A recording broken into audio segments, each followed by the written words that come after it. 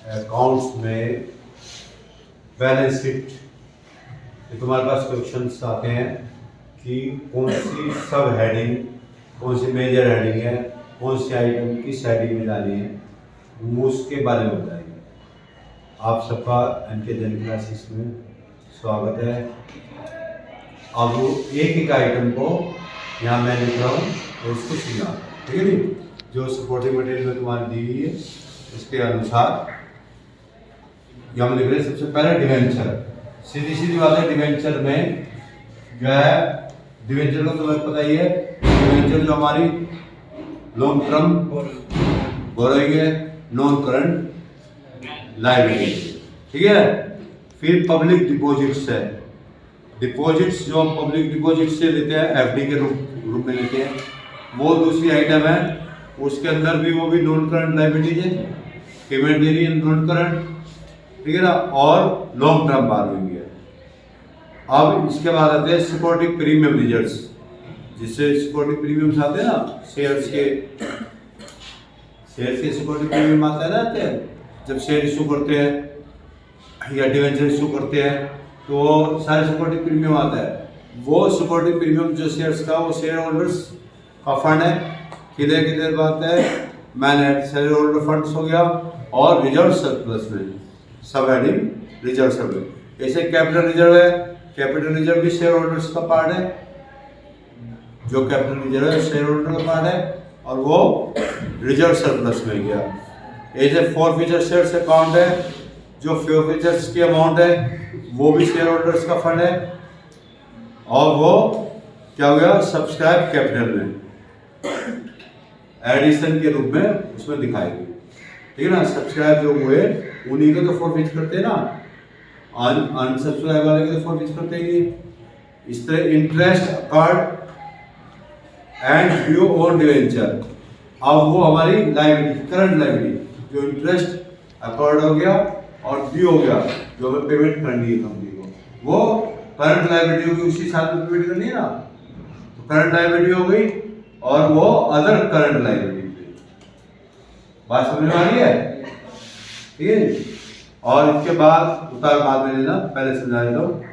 फिर आ गया interest accrued but not due on debenture, अब वो अभी ड्यू नहीं हुआ है, तो वहां पे current liabilities, other current liability, दोनों इंटरेस्ट, करंट लायबिलिटी और other current liability balance sheet में जाएंगे।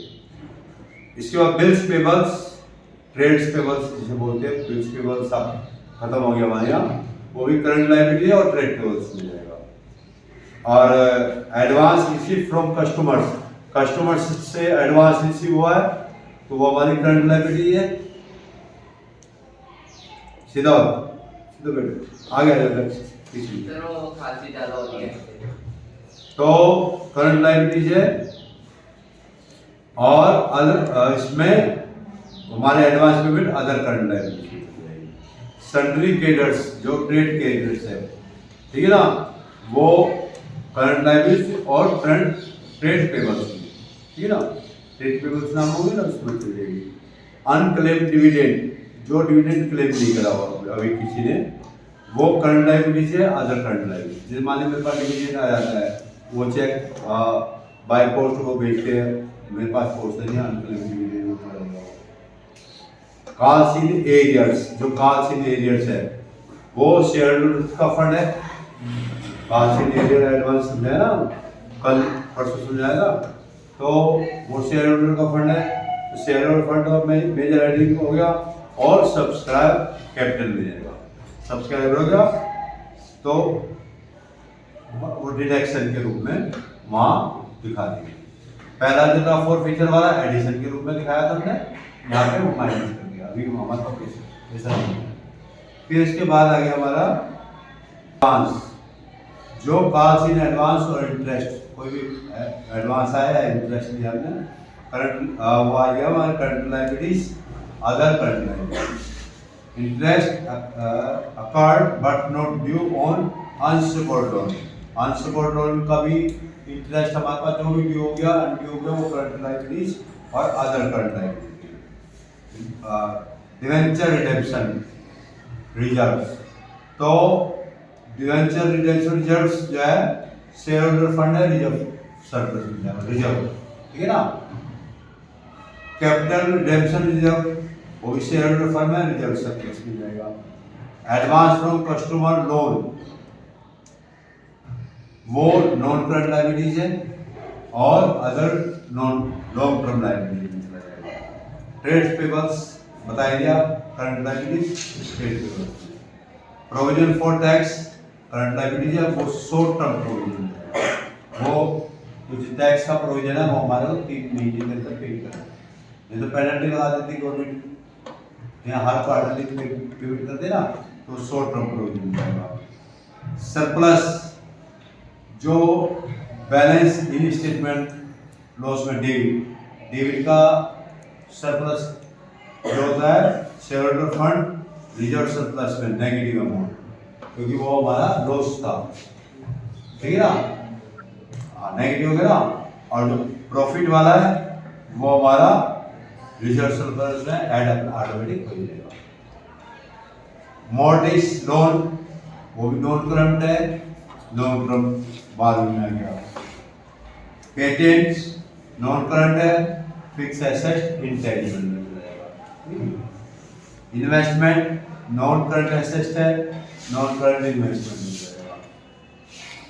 जाएगा। General reserves share holder fund reserve surplus, क्योंकि शेयर होल्डर के फंड के पार्ट है, जैसे बीआर जो वो भी ट्रेड पेपर रिसीवेबल्स में आ गया, ठीक है ना। Current asset trade receivables, BR है या डेटर्स है या ट्रेड्स रिसीवेबल्स है, वो सब एक ही जमा हुआ करंट एसेट्स में।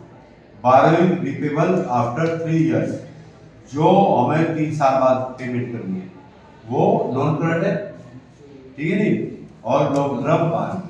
तो मैं ये ध्यान रखना हेडिंग सब हेडिंग दोनों लिखनी है। कई बार तुम हेडिंग सब हेडिंग में कंफ्यूज हो जाते क्वेश्चन में, कई बार छोटा लिखा होता है, इसकी मैंने हेडिंग सब हेडिंग को एक सिंगल लिख दी। वैसे तो इस बार एमसीक्यू है, लेकिन एमसीक्यू भी तुम्हें याद होना चाहिए। ये 68 आइटम्स हैं जो 3 मार्क्स तुम्हारे को कम से कम देंगे, इनमें से आइटम आ गए। लूज टूल्स करंट एसेट्स पहली बात मैंने, ठीक है ना। फिर सब है current mortgage of long term current liabilities, other current liabilities. Premium और redemption of debenture, redemption of debenture पे हम प्रीमियम पे कर रहे हैं, नॉन करंट लायबिलिटीज और other long term liabilities. Balance bank का बैलेंस करंट एसेट है, cash and cash equivalent, वो तो कैश एंड कैश इक्विवेलेंट रहेगा, ठीक है जी। Tax reserves share holder fund है, रिजर्व सरप्लस मिलेगा, जो टैक्स के लिए हमने रिजर्व बनाया। Stores and spares current asset है, mining rights non current asset है, फिक्स्ड इंटेंजिबल, ठीक है ना। Encashment of employees earn leave payable और रिटायरमेंट नॉन करंट लायबिलिटीज है, मैंने डीएल जो एम्प्लॉइज बेनिफिट्स में आता है, ठीक है ना। नॉन करंट लायबिलिटीज है, long term provision. Subsidy reserves कुछ भी है वो सब शेयर होल्डर फंड, रिजर्व्स का मोटा मोटा ही लिख लो, जितने रिजर्व है वो शेयर होल्डर फंड और रिजर्व सरप्लस में जाएंगे। कॉपीराइट नॉन करंट एसेट है, fix asset intangible. Accrued income current asset accrued कर लिया हमने, जिसको हमारे लायबिलिटीज थी इंटरेस्ट का, ये जो हमने इनकम कर लिया इंटरेस्ट इनकम कर लिया वो करंट एसेट है और other current asset. Provision for employees benefit के जितने प्रोविजन हमारे बन रहे हैं वो सारे नॉन करंट लायबिलिटीज, ठीक है। बोनस को छोड़ के, कहीं बोनस क्वेश्चन में लिखा है वो केवल जो है करंट लायबिलिटी, और बोनस के अलावा सारे employees benefit non current liabilities है और लॉन्ग टर्म प्रोविजन है, लॉन्ग टर्म जो है प्रोविजन। अनपेड अनक्लेम्ड डिविडेंड अभी बता दिया वो। Short term loan current liabilities, short term बाद में। Long term loan automatic non current liabilities, long term 12।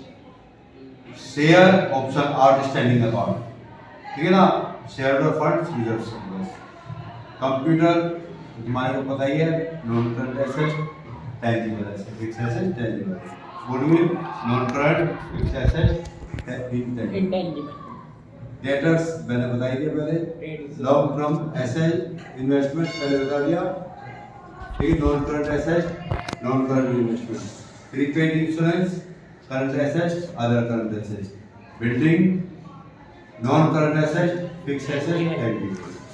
General reserve अभी बता दिया था, bonds, non current liabilities, long term borrowing, loan repayable on demand, current liabilities, short term borrowing, income received and advance अभी बता दिया, current liabilities, other current liabilities, office equipment, non current assets, tangible assets, fix assets, trades mark, non current, intangible, advance tax, current assets, other current assets, bank overdraft, overdraft हमारे current liabilities है, ठीक है नहीं, ये cash short term borrowing, cheque, draft in hand, current assets, cash and cash, stock in trade, inventory, current assets, ठीक है ना, long term provision, non current liabilities, long term provision, बता दिया, finished goods, current assets, inventory, computer software, non current assets, fix asset, intangible, work in progress, non current assets, building का work in progress, work in progress एक हमारे stock का भी होता है, stock का अलग जाएगा, बिल्डिंग का या फिक्स एसेट्स का अलग जाएगा, ठीक है, बिल्डिंग हमारी बन रही है तो वो non current assets, fix assets, capital, work in progress, intellectual properties rights, non-current assets, intangible assets, fixed assets, provision for expenses, current liabilities, short-term provisions, capital advance, non-current assets, long-term advance, loan and advance, designs, non-current assets, fixed assets, intangible assets, shares in others company, non-current assets, non-current investment। ये हो गया balance sheet.